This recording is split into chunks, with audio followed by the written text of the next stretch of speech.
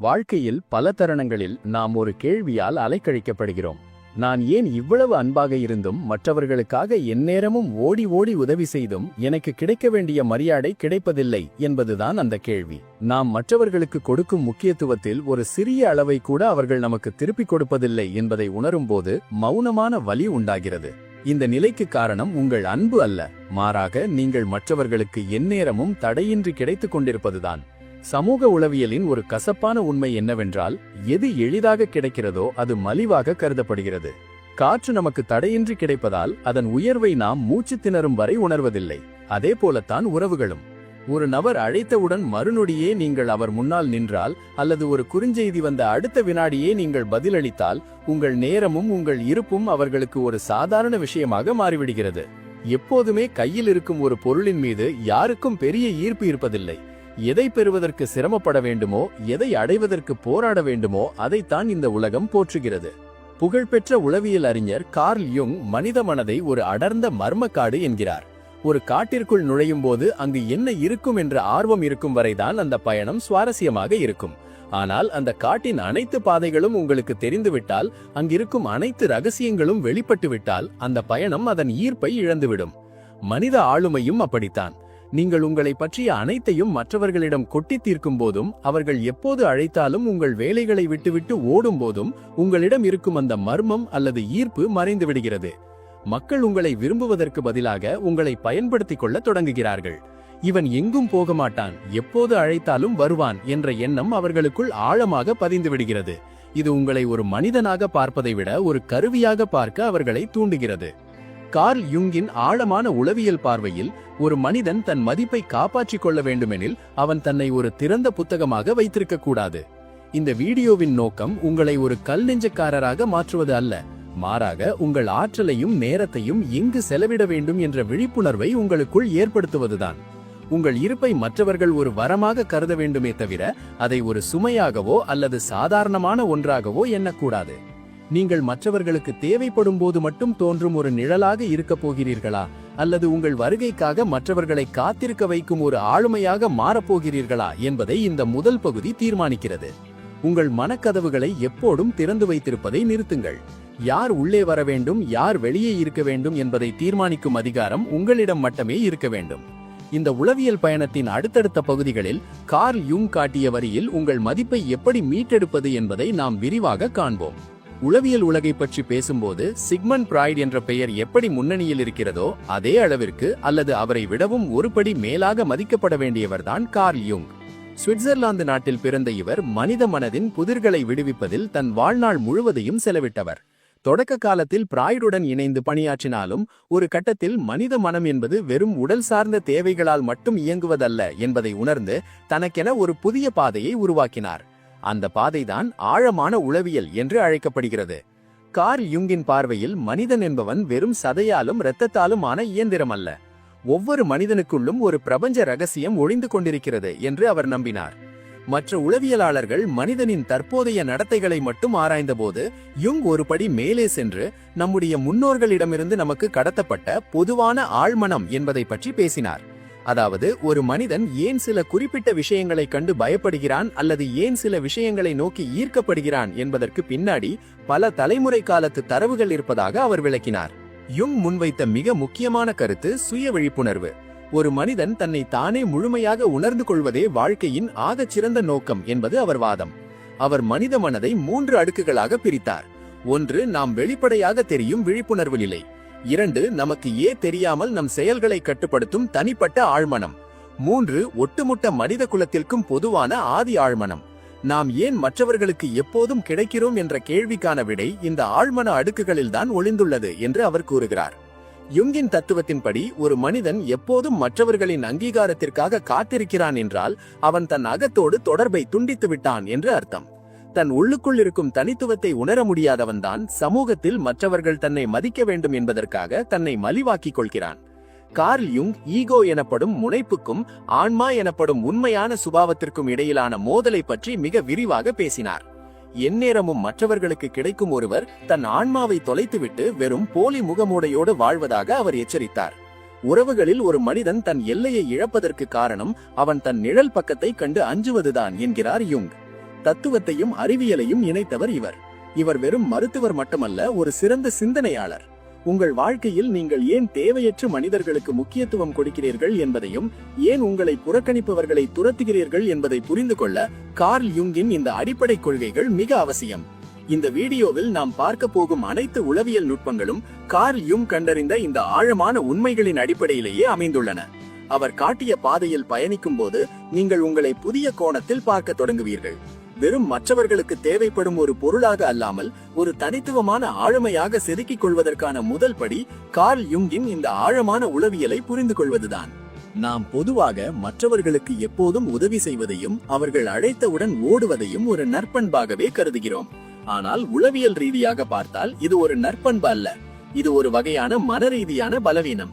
சில சமயங்களில் இது ஒரு தீராத மனநோயாகவே உருவெடுக்கிறது. கார்ல் யுங்கின் பார்வையில் ஒரு மனிதன் தன் சுயத்தை இழந்து மற்றவர்களின் விருப்பத்திற்காகவே வாழும் இந்த நிலையை மக்களை மகிழ்விக்கும் மனப்பான்மை என்று அழைக்கலாம்.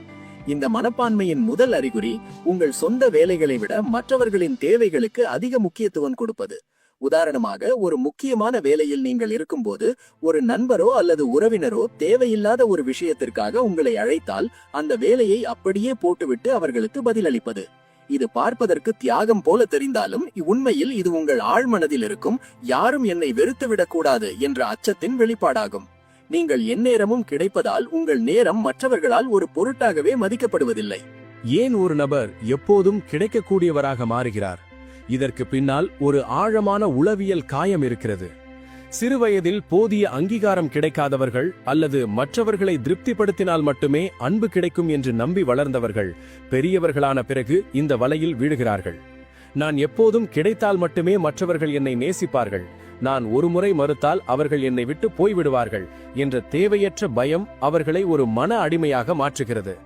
இதை ஏன் ஒரு மனநோய் என்று கூறுகிறோம் என்றால், இது உங்கள் ஆளுமையையே மெல்ல மெல்ல அழித்துவிடும். எப்போதும் மற்றவர்களுக்காக கிடைக்கும்போது உங்களுக்கு என்று ஒரு தனிப்பட்ட விருப்பமோ இலக்கோ அல்லது சிந்தனையோ இல்லாமல் போய்விடுகிறது. நீங்கள் ஒரு தனி மனிதனாக மதிக்கப்படுவதை விட மற்றவர்களின் தேவைகளை தீர்க்கும் ஒரு கருவியாக மட்டுமே பார்க்கப்படுகிறீர்கள். ஒரு கருவி பழுதாகிவிட்டால் அல்லது அதைவிட சிறந்த கருவி கிடைத்துவிட்டால் மக்கள் அதை தூக்கி எறிந்து விடுவார்கள். அதே போலத்தால் எந்நேரமும் கிடைக்கும் மனிதர்களும் ஒரு கட்டத்தில் சலிப்பை ஏற்படுத்தி மற்றவர்களால் தூக்கி எறியப்படுகிறார்கள். கார்ல் யுங் கூறுவது போல, ஒரு மனிதன் தன் மதிப்பை குறைக்க குறைக்க அவன் மீதான சமூகத்தின் மரியாதையும் குறைகிறது. எந்நேரமும் கிடைப்பது என்பது உங்கள் ஆற்றலை வீணாக்குவது மட்டுமல்ல, அது உங்கள் மன ஆரோக்கியத்தையும் சிதைக்கும் செயல். மற்றவர்களின் அங்கீகாரத்திற்காக உங்கள் வாழ்க்கையை அடகு வைப்பதை நிறுத்திவிட்டு உங்களுக்கென்று ஒரு எல்லையை வகுக்காத வரை இந்த மன அழுத்தத்திலிருந்து உங்களால் மீள முடியாது. இந்த வீடியோவின் இந்த பகுதி உங்களை நீங்களே சுயபரிசோதனை செய்து கொள்ள தூண்டும். நீங்கள் மற்றவர்களுக்கு ஒரு வசதியான பொருளாக இருக்கிறீர்களா அல்லது ஒரு மதிப்புமிக்க மனிதராக இருக்கிறீர்களா என்பதை முடிவு செய்ய வேண்டிய தருணம் இது.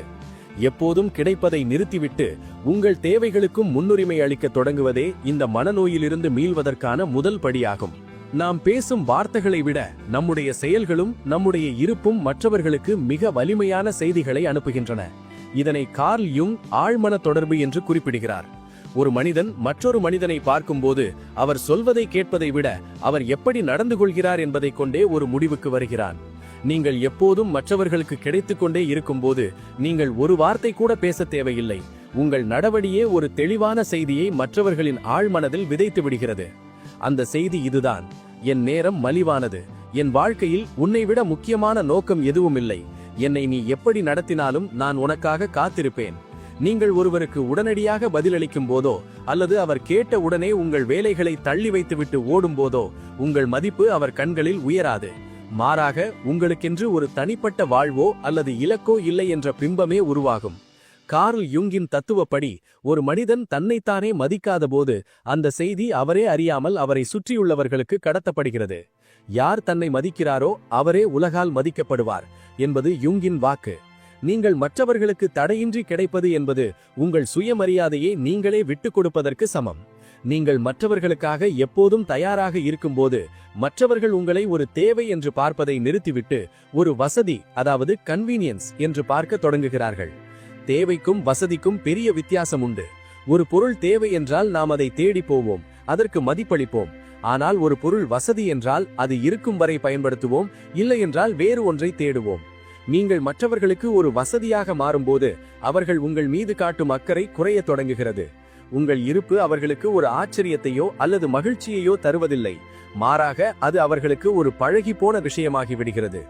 உதாரணமாக, ஒரு நபர் உங்களுக்கு குறுஞ்செய்தி அனுப்புகிறார் என்று வைத்துக் கொள்வோம்.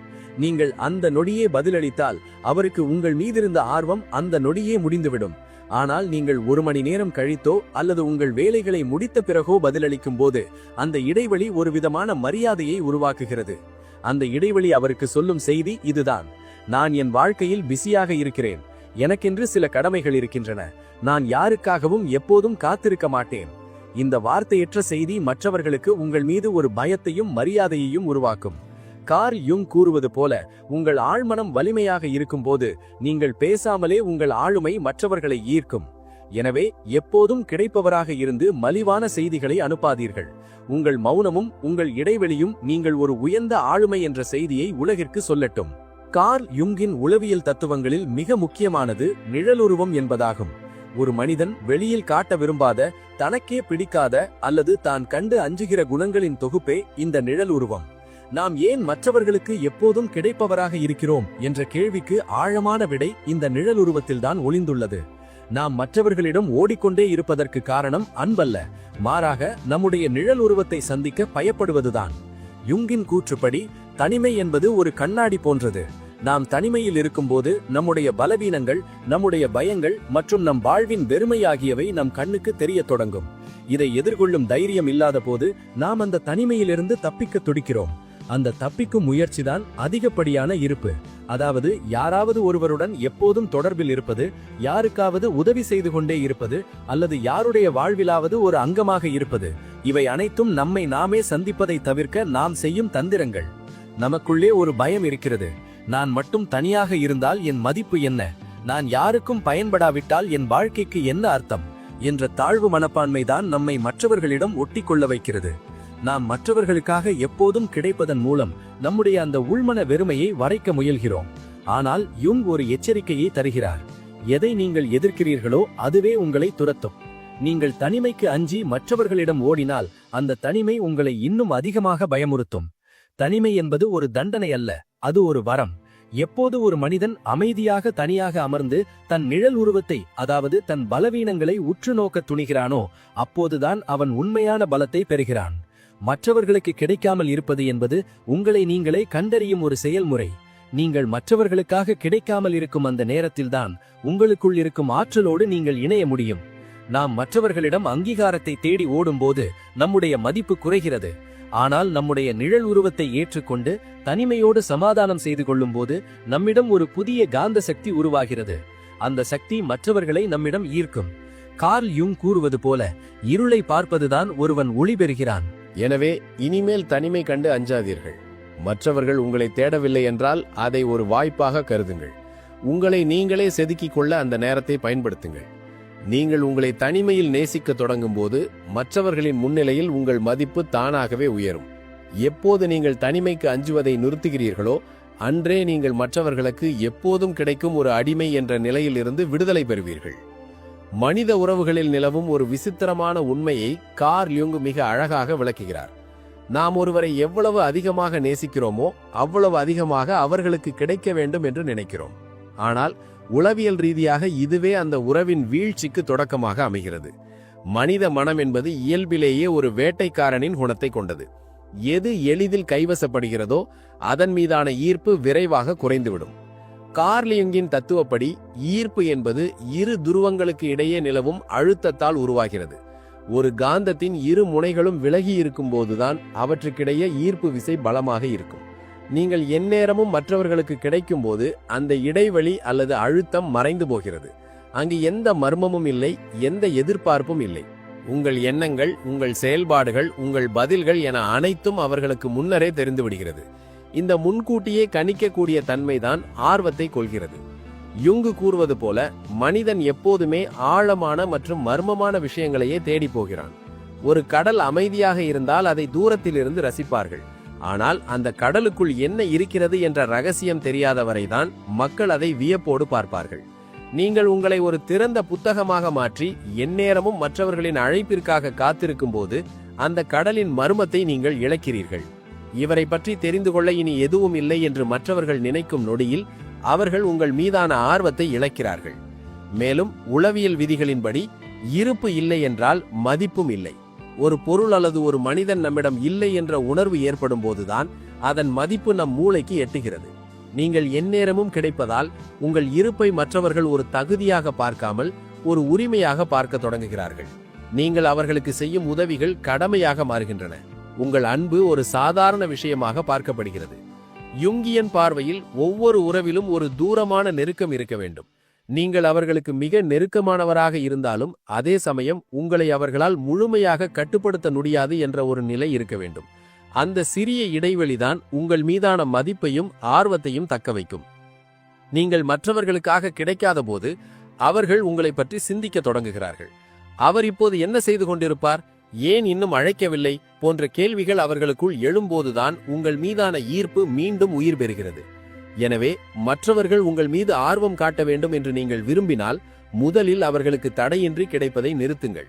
உங்கள் வாழ்க்கையை மர்மமாகவும் ஒரு இலக்கை நோக்கிய பயணமாகவும் மாற்றுங்கள். நீங்கள் எப்போதுமே கைவசப்படும் ஒரு பொருளாக இல்லாமல் எட்ட முடியாத ஒரு சிகரமாக இருக்கும்போதுதான் உலகம் உங்களை அண்ணாந்து பார்க்கும். கார்ல் யூங்கின் ஒட்டுமொத்த உளவியல் போதனைகளின் சிகரம் தனித்துவம் பெறுதல் என்பதாகும். இது வெறும் சுய முன்னேற்றம் அல்ல. இது ஒரு மனிதன் தனக்குள் இருக்கும் அனைத்து ஆற்றல்களையும் ஒன்றிணைத்து ஒரு முழுமையான ஆளுமையாக மாறும் புனிதமான பயணம். நாம் ஏன் மற்றவர்களுக்கு எப்போதும் கிடைப்பவராக இருக்கிறோம் என்பதற்கான நிரந்தர தீர்வை இந்த பகுதி வழங்குகிறது. யுங்கின் கருத்துப்படி பெரும்பாலான மனிதர்கள் சமூகத்தால் உருவாக்கப்பட்ட ஒரு முகமுடியை அணிந்து கொண்டே வாழ்கிறார்கள். நான் ஒரு நல்லவன், நான் மற்றவர்களுக்கு உதவும் பண்புள்ளவன் என்று பிறர் சொல்ல வேண்டும் என்பதற்காகவே நாம் எந்நேரமும் மற்றவர்களுக்கு கிடைக்கிறோம். இது உண்மையான அன்பு அல்ல. இது சமூகத்திடம் அங்கீகாரம் பெறுவதற்காக நாம் நடத்தும் ஒரு நாடகம். இந்த நாடகத்தில் நாம் நம்முடைய உண்மையான ஆசைகளையும் தேவைகளையும் பலிகொடுக்கிறோம். தனித்துவம் பெறுதல் என்பது இந்த முகமுடியை கழற்றி எறிந்துவிட்டு உங்களுடைய உண்மையான ஆன்மாவை நோக்கி பயணிப்பதாகும். எப்போது ஒரு மனிதன் நான் மற்றவர்களுக்கு தேவைப்படுபவனாக இருக்க வேண்டும் என்ற எண்ணத்திலிருந்து விடுபட்டு நான் எனக்கு உண்மையானவனாக இருக்க வேண்டும் என்று நினைக்கிறானோ அப்போதுதான் அவன் தனித்துவம் பெற தொடங்குகிறான். நீங்கள் மற்றவர்களுக்கு கிடைக்காமல் இருப்பது என்பது யாரையும் வெறுப்பதற்கல்ல, மாறாக உங்களை நீங்கள் கண்டறிவதற்கான நேரத்தை ஒதுக்குவதற்கே. தனித்துவம் பெற்ற ஒரு மனிதன் மற்றவர்களின் பாராட்டிற்காகவோ அல்லது அங்கீகாரத்திற்காகவோ ஏங்க மாட்டான். அவனுடைய மகிழ்ச்சி அவனுக்குள்ளேயே இருக்கும். அவன் ஒரு தனி தீவு போல இயங்குவான். நீங்கள் மற்றவர்களை துரத்துவதை நிறுத்திவிட்டு உங்கள் சொந்த வளர்ச்சியில், உங்கள் கலைகளில், உங்கள் இலக்குகளில் கவனம் செலுத்தும் போது உங்கள் ஆளுமையில் ஒரு புதிய வசீகரம் பிறக்கும். அந்த வசீகரம் மற்றவர்களை உங்களை நோக்கி இழுக்கும். கார்ல் யுங் கூறுவது போல, நீங்கள் யாராக இருக்கிறீர்களோ அதாகவே இருங்கள். அப்போதுதான் உலகம் உங்களை தேடி வரும்.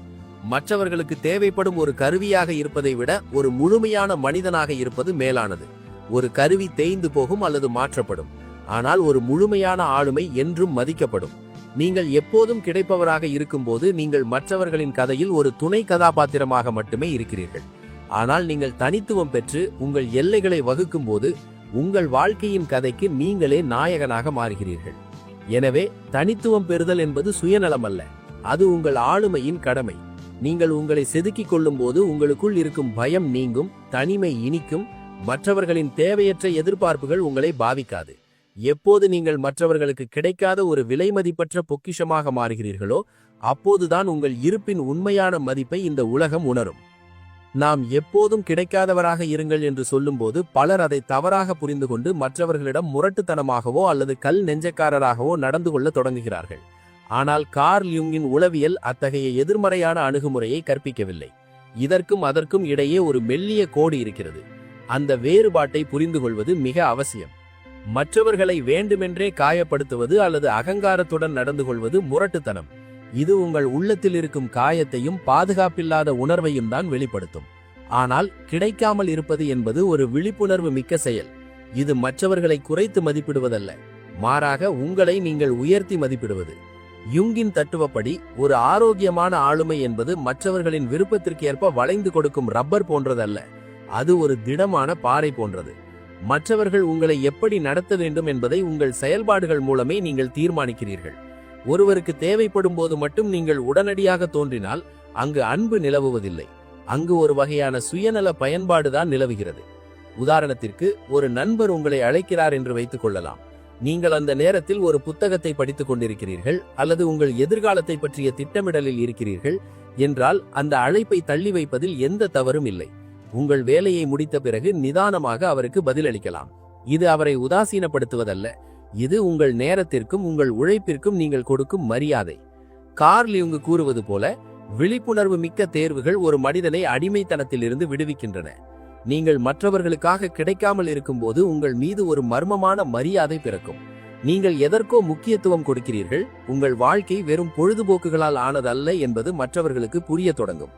இதற்கும் அகங்காரத்திற்கும் உள்ள வித்தியாசம் என்னவென்றால், அகங்காரம் மற்றவர்களை தாழ்த்த நினைக்கும், ஆனால் இந்த சுயமரியாதை உங்களை உயர்த்த நினைக்கும். மற்றவர்களின் குறுஞ்செய்திகளை பார்த்தும் பார்க்காதது போல இருப்பது அல்லது வேண்டுமென்றே அவர்களை காக்க வைப்பது சிறுபிள்ளைத்தனமான விளையாட்டு. ஆனால் உங்கள் வாழ்க்கையில் நீங்கள் ஒரு தெளிவான எல்லையை வகுத்துக் கொள்வது முதிர்ச்சியான செயல். இந்த நேரத்தில் நான் எனக்காக மட்டுமே இருப்பேன், இந்த நேரத்தில் மட்டுமே பிறருக்கு கிடைப்பேன் என்ற ஒரு ஒழுக்கத்தை நீங்கள் கடைபிடிக்கும் போது மற்றவர்கள் அந்த எல்லைக்குள் நுழைவதற்கு முன் இருமுறை யோசிப்பார்கள். கார்ல் யுங்கின் வழியில் சொல்ல போனால், நீங்கள் மற்றவர்களுக்கு கிடைக்காமல் இருப்பது என்பது உங்கள் ஆன்மாவோடு நீங்கள் செலவிடும் நேரம். நீங்கள் மற்றவர்களிடமிருந்து விலகி இருக்கும் அந்த நேரத்தில்தான் உங்கள் ஆற்றல் மீண்டும் புதுப்பிக்கப்படுகிறது. எனவே மற்றவர்கள் உங்களை கல் நெஞ்சக்காரர் என்று சொல்லாதும் கவலைப்படாதீர்கள். உங்கள் சுயமரியாதையை காத்துக்கொள்வது உங்கள் முதல் கடமை. நீங்கள் உங்களை மதிக்க தொடங்கினால் இந்த உலகம் உங்களை எப்படி நடத்த வேண்டும் என்ற பாடத்தை அது தானாகவே கற்றுக்கொள்ளும். இதுவரை நாம் பார்த்த ஆழமான தத்துவங்களை செயலாக மாற்ற வேண்டிய பகுதி இது. மாற்றங்கள் என்பது ஒரே நாளில் நிகழ்ந்து விடாது. அவை சிறிய பழக்க வழக்கங்களில் இருந்து தொடங்க வேண்டும். உங்கள் மதிப்பையும் இருப்பையும் நிலைநிறுத்த கார்ல் யுங்கின் சிந்தனைகளால் தூண்டப்பட்ட 4 முக்கிய மாற்றங்களை இங்கே காண்போம். 1. பதில்களை தள்ளி போடுதல், டிலேடு ரெஸ்பான்ஸ்.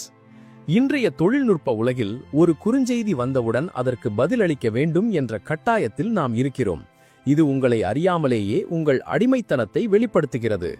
இனிமேல் ஒரு செய்தி வந்தவுடன் உங்கள் வேலைகளை விட்டுவிட்டு அதற்கு பதிலளிக்காதீர்கள். உங்கள் வேலையை முடித்த பிறகு அல்லது ஒரு குறிப்பிட்ட நேரத்திற்கு பிறகு நிதானமாக பதிலளியுங்கள். இது உங்களுக்கு ஒரு தெளிவான மனநிலையை தரும். அதே சமயம் மற்றவர்களுக்கு நீங்கள் உங்கள் நேரத்தை சரியாக திட்டமிடுபவர் என்ற செய்தியை சொல்லும். 2. உங்களை உற்சாகப்படுத்தும் வாழ்க்கையை அமைத்தல். மற்றவர்களுக்காக நீங்கள் எப்போதும் கிடைக்கிறீர்கள் என்றால் உங்கள் சொந்த வாழ்க்கையில் உங்களுக்கு பிடித்தமான சுவாரஸ்யமான விஷயங்கள் எதுவும் இல்லை என்று அர்த்தம். உங்களுக்கு பிடித்தமான ஒரு கலை, ஒரு விளையாட்டு அல்லது ஒரு புதிய திறமையை கற்கத் தொடங்குங்கள். உங்கள் வாழ்க்கை உங்களை ஈர்க்கத் தொடங்கும் போது மற்றவர்களின் கவனத்திற்காக நீங்கள் ஏங்க மாட்டீர்கள். யுங்கின் தத்துவப்படி, ஒரு நபர் தனக்குள் ஆர்வத்தை கண்டடையும் போது அவர் மற்றவர்களுக்கு ஒரு வசீகரமான ஆளுமையாக மாறுகிறார். 3. அமைதியோடு இருக்க பழகுதல், சிட் வித் சைலன்ஸ். தனிமையில் இருக்கும்போது வரும் படபடப்பை தவிர்க்கவே நாம் மற்றவர்களிடம் ஓடுகிறோம். இனிமேல் ஒரு நாளைக்கு குறைந்தது 20 நிமிடங்கள் எந்த ஒரு மின்னணு சாதனங்களும் இல்லாமல் யாரிடமும் பேசாமல் அமைதியாக இருக்க பழகுங்கள். அந்த மௌனத்தில் எழும் எண்ணங்களை கவனியுங்கள். அந்த அமைதி உங்களை ஆளுமைப்படுத்தும். தனிமையை ஒரு கொடுமையாக பார்க்காமல் அதை ஒரு கொண்டாட்டமாக மாற்றும்போது நீங்கள் மற்றவர்களை துரத்துவதை இயல்பாகவே நிறுத்திவிடுவீர்கள். 4. விலகி நின்று கவனித்தல், அப்சர்வேஷனல் ஷிஃப்ட். நீங்கள் எப்போதும் கிடைப்பதை நிறுத்திய பிறகு உங்களை சுற்றியுள்ளவர்கள் எப்படி எதிர்வினை ஆற்றுகிறார்கள் என்பதை கவனியுங்கள். யார் உங்கள் மாற்றத்தை மதிக்கிறார்கள், யார் உங்கள் மீது கோபப்படுகிறார்கள், யார் உங்கள் பயனை மட்டும் கருதி உங்களோடு பழகினார்கள் என்பதை இந்த சிறிய இடைவெளி உங்களுக்கு தெளிவாக காட்டும். இதை பற்றி கார்ல் யுங் கூறுகையில், விழிப்புணர்வுடன் கவனிப்பதே ஒருவரை பற்றிய உண்மையை அறிய சிறந்த வழி என்கிறார். இந்த நடைமுறை மாற்றங்கள் உங்கள் ஆழ்மனதில் ஒரு பெரும் மாற்றத்தை உண்டாக்கும். நீங்கள் உங்களை ஒரு மதிப்புமிக்க பொருளாக நடத்தத் தொடங்கும் போது இந்த உலகமும் உங்களை அப்படியே நடத்தும். இல்லை என்று சொல்ல பழகுங்கள். உங்கள் நேரத்தை புனிதமாக கருதுங்கள். இந்த மாற்றங்கள் உங்களை ஒரு சாதாரண மனிதரிடமிருந்து ஒரு தனித்துவமான ஆளுமையாக உருமாற்றும். நீங்கள் மற்றவர்களுக்கு எந்நேரமும் கிடைப்பவராக இருப்பதை நிறுத்தி உங்களுக்கென்று ஒரு எல்லையை வகுத்துக் கொள்ளும் போது உங்கள் வாழ்க்கையில் ஒரு மிகப்பெரிய ஆளுமை மாற்றம் நிகழும். இது வெறும் வெளித்தோற்றத்தில் ஏற்படும் மாற்றமல்ல, உங்கள் ஆற்றலிலும் உங்களை சுற்றியுள்ளவர்களின் பார்வையிலும் ஏற்படும் ஒரு மிகப்பெரிய அதிர்வு. முதலில் மக்கள் உங்கள் உள்மன வலிமையை இன்னர் ஸ்ட்ரென்த் உணரத் தொடங்குவார்கள். இதுவரை உங்களை ஒரு வசதியாக அல்லது தேவைக்கு மட்டும் பயன்படுத்துபவராக பார்த்தவர்கள் இனி உங்களை ஒரு ஆளுமையாக பார்க்கத் தொடங்குவார்கள். ஒரு மனிதன் இல்லை என்று சொல்லத் தொடங்கும் போதுதான் அவனுடைய ஆம் என்ற வார்த்தைக்கு மதிப்பு பிறக்கிறது. உங்கள் நேரத்திற்கு ஒரு விலை இருக்கிறது என்பதையும் உங்கள் இருப்பு என்பது ஒரு பரிசு என்பதையும் அவர்கள் புரிந்து கொள்வார்கள். இரண்டாவதாக, மரியாதை என்பது பரிதாபத்தை இடமாற்றம் செய்யும். பொதுவாக எப்போதும் மற்றவர்களுக்காக ஓடும் மனிதர்களை பார்த்து மக்கள் பரிதாபப்படுவார்கள், ஆனால் மதிக்க மாட்டார்கள். நீங்கள் விலகி நிற்கத் தொடங்கும் போது அந்த பரிதாபம் மறைந்து ஒருவிதமான மதிப்பு உருவாகும். உங்களை எளிதாக கையாள முடியாது என்ற உணர்வு அவர்களுக்கு வரும்போது அவர்கள் உங்களிடம் பேசும் விதமும் பழகும் விதமும் மாறும். மூன்றாவதாக, கட்டாயத்திற்கு பதில் ஈர்ப்பு உருவாகும். கார்ல் யுங் கூறுவது போல, எது எதிர்க்கப்படுகிறதோ அது நீடிக்கும், எது ஏற்றுக்கொள்ளப்படுகிறதோ அது உருமாறும். நீங்கள் மற்றவர்களுக்காக உங்களை மாற்றிக்கொள்வதை நிறுத்தி உங்களை நீங்களே ஏற்றுக்கொண்டு உங்கள் பாதையில் செல்லும்போது ஒரு புதிய ஈர்ப்பு விசை உங்களிடம் உருவாகும். மக்கள் உங்களை ஒரு தேவையினால் துரத்த மாட்டார்கள், மாறாக உங்கள் ஆளுமையின் மீதுள்ள ஈர்ப்பினால் உங்களை நாடி வருவார்கள். மிக முக்கியமாக, உங்கள் சுயமதிப்பு உச்சத்தை அடையும். மற்றவர்களின் பதிலுக்காக காத்திருந்த நீங்கள் இப்போது உங்களுடைய சொந்த வளர்ச்சிக்காக காத்திருக்கத் தொடங்குவீர்கள். உங்கள் மகிழ்ச்சி மற்றவர்களின் கைகளில் இல்லை என்பது உங்களுக்கு புரியும் போது ஒருவிதமான பேரின்பம் உங்கள் மனதை ஆக்கிரமிக்கும். நீங்கள் மற்றவர்களுக்கு கிடைக்காத அந்த நேரங்களில் உங்களுக்குள் இருக்கும் ஆக்கபூர்வமான சக்திகள் விழித்துக் கொள்ளும். கடைசியாக, உங்களை சுற்றியுள்ள உறவுகளில் ஒரு தூய்மை ஏற்படும். போலியான மனிதர்கள் உங்கள் வாழ்க்கையிலிருந்து மெல்ல மெல்ல மறையத் தொடங்குவார்கள். உங்கள் நேரத்தை மதிக்கத் தெரிந்தவர்கள் மட்டுமே உங்களோடு தங்குவார்கள். இது உங்கள் வாழ்க்கையை இன்னும் அர்த்தமுள்ளதாக மாற்றும். யுங்கின் கூற்றுப்படி, இந்த உருமாற்றம்தான் ஒரு மனிதனை அவனுடைய உண்மையான அடையாளத்திற்கு எடுத்துச் செல்கிறது. நீங்கள் மற்றவர்களுக்கு கிடைப்பதை நிறுத்துவது என்பது உண்மையில் உங்களை நீங்களே கண்டடைவதற்கான தொடக்கமாகும். நீங்கள் எப்போதும் கிடைப்பவராக இருப்பதை நிறுத்தி உங்கள் சுயமரியாதையை மீட்டெடுக்கத் தொடங்கும் போது ஒரு இக்கட்டான சூழ்நிலையை சந்திக்க வேண்டியிருக்கும். இதனை விலகல் நிலை என்று அழைக்கலாம். இது ஒரு போதை பழக்கத்திலிருந்து விடுபடும் போது ஏற்படும் வலியை போன்றதுதான். இந்த நிலையில் உங்கள் வாழ்க்கையில் சில கசப்பான ஆனால் அவசியமான மாற்றங்கள் நிகழும். முதலாவதாக, உங்களை சுற்றியுள்ள சில மனிதர்கள் மறைந்து விடுவார்கள். இதுவரை நீங்கள் எப்போதும் கிடைத்ததால் உங்களை நேசித்தவர்கள் இப்போது நீங்கள் உங்கள் எல்லைகளை வகுக்கும் போது உங்களை விட்டு விலகிச் செல்வார்கள். இது உங்களுக்கு ஒரு நஷ்டமாக தோன்றலாம், ஆனால் கார்ல் யுங்கின் பார்வையில் இது ஒரு மிகப்பெரிய லாபம். மாயைகளை இழப்பது என்பது உண்மையை அடைவதாகும் என்கிறார் யுங். உங்கள் வசதிக்காக மட்டுமே உங்களை அருகில் வைத்திருந்தவர்கள் விலகுவது உங்கள் வாழ்க்கையில் ஒரு பெரிய சுத்திகரிப்பு நடப்பதை குறிக்கிறது. இரண்டாவதாக, உங்களுக்குள்ளேயே ஒரு குற்ற உணர்வு ஏற்படலாம். நான் தவறாக நடக்கிறேனோ, மற்றவர்களை காயப்படுத்துகிறேனோ என்ற கேள்விகள் உங்கள் ஆழ்மனதில் எழும். ஏனெனில் இத்தனை காலம் மற்றவர்களை மகிழ்விப்பதையே உங்கள் அடையாளமாக வைத்திருந்தீர்கள். இந்த மாற்றத்தை உங்கள் பழைய ஈகோ எதிர்க்கும். நீங்கள் மற்றவர்களுக்கு கிடைக்காமல் இருக்கும் போது ஏற்படும் அந்த தனிமை ஆரம்பத்தில் பயமுறுத்தும். ஆனால் அந்த பயத்தை கடந்து செல்லும் போதுதான் நீங்கள் ஒரு வலிமையான ஆளுமையாக உருவெடுக்க முடியும். மூன்றாவதாக, சமூக அழுத்தம். நீங்கள் மாறத் தொடங்கும் போது உங்களை சார்ந்திருப்பவர்கள் உங்களை கர்வம் பிடித்தவர் அல்லது மாறிவிட்டார் என்று முத்திரை குட்டுவார்கள். இது உண்மையில் அவர்களின் ஏமாற்றத்தின் வெளிப்பாடு. நீங்கள் அவர்களின் விருப்பப்படி ஆட மறுப்பதால் வரும் கோபம் அது. இதை பற்றி யுங் கூறுகையில், தனித்துவமாக திகழ்வதற்கு ஒரு தனிமனிதன் கொடுக்க வேண்டிய விலை சமூகத்தின் அதிருப்தி என்கிறார். இந்த விலகல் நிலையை நீங்கள் வெற்றிகரமாக கடந்துவிட்டால் அதன் பிறகு வருவது ஒரு தெளிவான வாழ்க்கை. உங்கள் வாழ்க்கையில் எஞ்சியிருக்கும் மனிதர்கள் உங்களை பணிக்காக அல்ல, உங்கள் குணத்திற்காக மதிப்பவர்களாக இருப்பார்கள். போலியான உறவுகள் உதிர்ந்து உண்மையான ஆழமான உறவுகள் மட்டுமே நிலைக்கும். சரி, எனவே மக்கள் விலகிச் செல்வதைக் கண்டு அஞ்சாதீர்கள். உங்கள் வாழ்க்கை பாதையில் ஒரு பெரிய மாற்றத்தை ஏற்படுத்த விரும்பினால் பழைய தேவையற்ற சுமைகளை இறக்கி வைக்கத்தான் வேண்டும். இந்த விலகல் நிலை என்பது உங்களுக்கு ஒரு புதிய சுதந்திரமான மனிதராக பிறப்பதற்கான பிரசவ வலி போன்றது. இந்த வலியை தாங்கிக் கொண்டால் அதன் பிறகு நீங்கள் அடையும் அமைதி ஈடு இணையற்றது. இந்த நீண்ட நெடிய பயணத்தின் இறுதியில் நாம் ஒரு மிக முக்கியமான உண்மையை உணர்ந்திருக்கிறோம். கார்ல் யுங்கின் ஒட்டுமொத்த தத்துவமும் ஒரு புள்ளியில் வந்து முடிகிறது. நீங்கள் நீங்களாக இருங்கள். இந்த உலகத்தில் நீங்கள் பிறந்தது மற்றவர்களுக்கு வசதியாக இருப்பதற்கோ அவர்களின் தேவைகளை தீர்க்கும் ஒரு கருவியாக வாழ்வதற்கோ அல்ல. நீங்கள் பிறந்தது உங்கள் ஆன்மாவை முழுமைப்படுத்துவதற்காகவும் உங்களை நீங்களே செதுக்கிக் கொள்வதற்காகவும் மட்டுமே. எப்போதும் கிடைக்காதவராக இருங்கள் என்று நாம் சொன்னதின் நோக்கம் உங்களை ஒரு தனிமையில் வாடும் மனிதராக மாற்றுவதல்ல, மாறாக உங்கள் இருப்பை ஒரு அரிதான பொக்கிஷமாக மாற்ற வேண்டும் என்பதே எங்களுடைய நோக்கம். வைரத்திற்கு மதிப்பு இருப்பதற்கு காரணம் அது எங்கும் கிடைக்காது என்பதால்தான். எப்போதும் உங்கள் எல்லைகளை மற்றவர்கள் கடந்து வர அனுமதிக்கும் போது அங்கு மரியாதைக்கு இடம் இருக்காது. கார்ல் யுங் கூறுவது போல, யார் வெளியே பார்க்கிறார்களோ அவர்கள் கனவு காண்கிறார்கள், யார் உள்ளே பார்க்கிறார்களோ அவர்கள் விழித்துக் கொள்கிறார்கள். இன்று முதல் ஒரு முடிவை எடுங்கள். உங்கள் நேரத்தை மற்றவர்கள் திருடுவதை அனுமதிக்காதீர்கள். நீங்கள் எந்நேரமும் கிடைத்துக் கொண்டே இருந்தால் நீங்கள் உங்களுக்கே கிடைக்காமல் போய்விடுவீர்கள். உங்கள் கனவுகள், உங்கள் விருப்பங்கள், உங்கள் தனிப்பட்ட அமைதிக்கு முதலில் முக்கியத்துவம் கொடுங்கள். மற்றவர்களுக்காக உங்கள் வாழ்க்கையை அடகு வைப்பதை நிறுத்திவிட்டு உங்கள் தனித்துவத்தை நோக்கி பயணிக்கத் தொடங்குங்கள். இந்த மாற்றத்தின் பாதையில் சில பேர் விலகிச் செல்லலாம், சிலர் உங்களை விமர்சிக்கலாம். அது எதை பற்றியும் கவலைப்படாதீர்கள். உங்களை உண்மையாக நேசிப்பவர்கள் உங்கள் எல்லைகளை மதிப்பார்கள். உங்களை பயன்படுத்த நினைப்பவர்கள் மட்டுமே உங்கள் மாற்றத்தைக் கண்டு கோபப்படுவார்கள். இந்த உலகம் எப்போதும் வலிமையான ஆளுமைகளுக்கே தரைவணண்டும். நீங்கள் மற்றவர்களை துரத்துவதை நிறுத்திவிட்டு உங்கள் இலக்குகளில் உங்கள் கவனத்தை திருப்பும்போது ஒரு புதிய காந்த சக்தி உங்களை சூழ்ந்து கொள்ளும்.